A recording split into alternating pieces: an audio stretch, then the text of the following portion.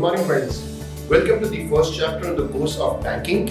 And this first chapter is going to talk about the overview of the banking industry to understand the various components of this industry, how this industry is run, how is it regulated, how does it benefit you and me, and how we can make sure that our hard-earned money is well protected and well entrusted.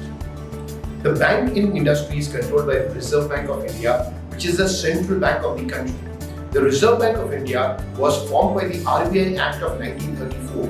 The RBI Act of 1934 very clearly specifies the roles, authority and power of the Reserve Bank of India.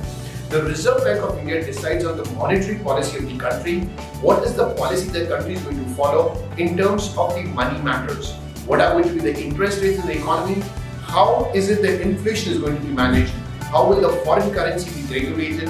All these factors are controlled and managed by the Reserve Bank of India. Did you know something? That all the currency that you hold in your wallet has the signature of the Governor of the Reserve Bank of India.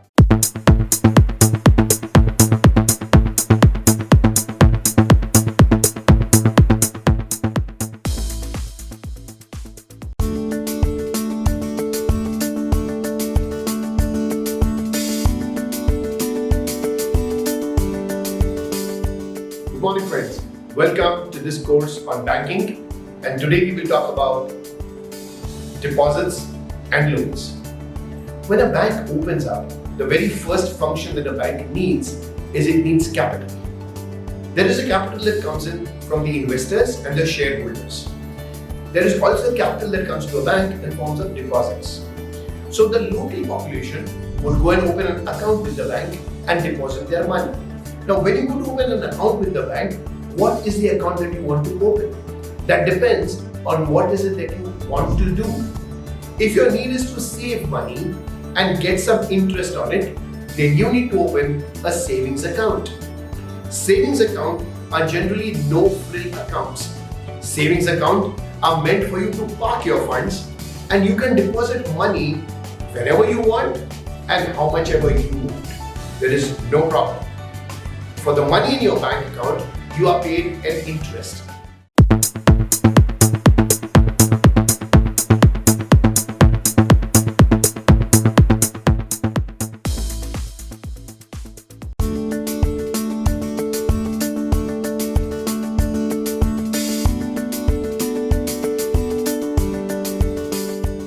Welcome to the third chapter on the banking course, where we're going to talk about electronic banking, or as commonly known as e-banking.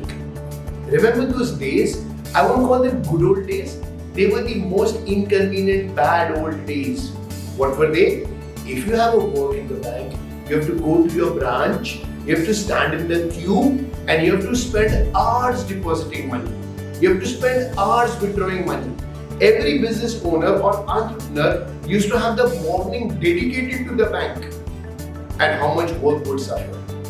Those were the bad old days till something came along called CBS. What is CBS? Core Banking Solutions.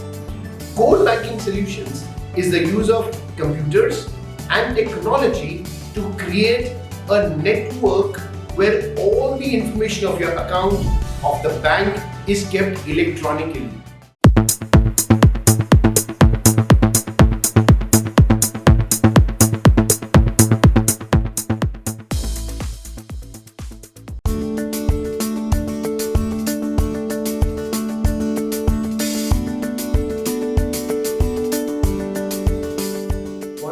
Welcome to chapter 4 in this course on banking. This is a very important chapter because this is the defining chapter that makes you from an individual to a high net worth individual.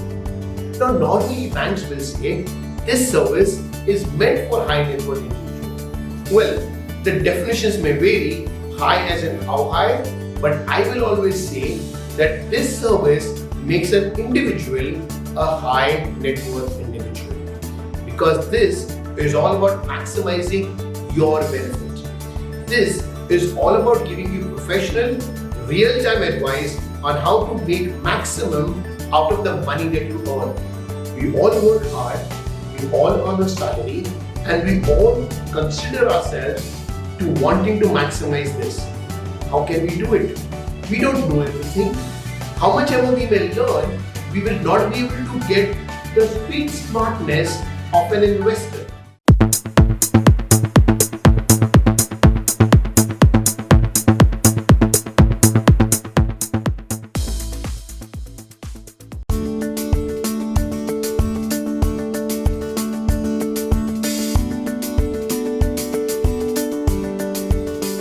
Good morning, friends.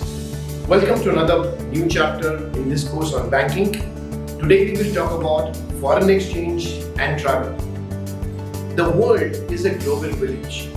Why do we call it a village? Because the world has come together. Now when the world comes together, the thing that brings the world together is travel, trade, economy, dreams, vacation, pleasure, and profit maximization. When we need to travel or trade with foreign countries, we need to do so in foreign currency. Universally accepted currency is the dollar, and every other currency is linked to the dollar. All this is managed by the Reserve Bank of India. The Reserve Bank of India is the custodian of India's foreign exchange reserves. The Reserve Bank of India is the administrator and the manager of the foreign exchange reserves of our country.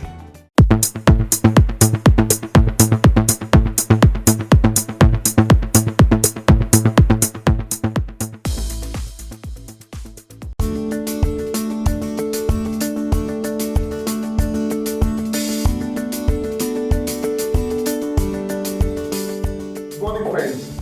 Welcome back to this chapter on ancillary services and other banking services.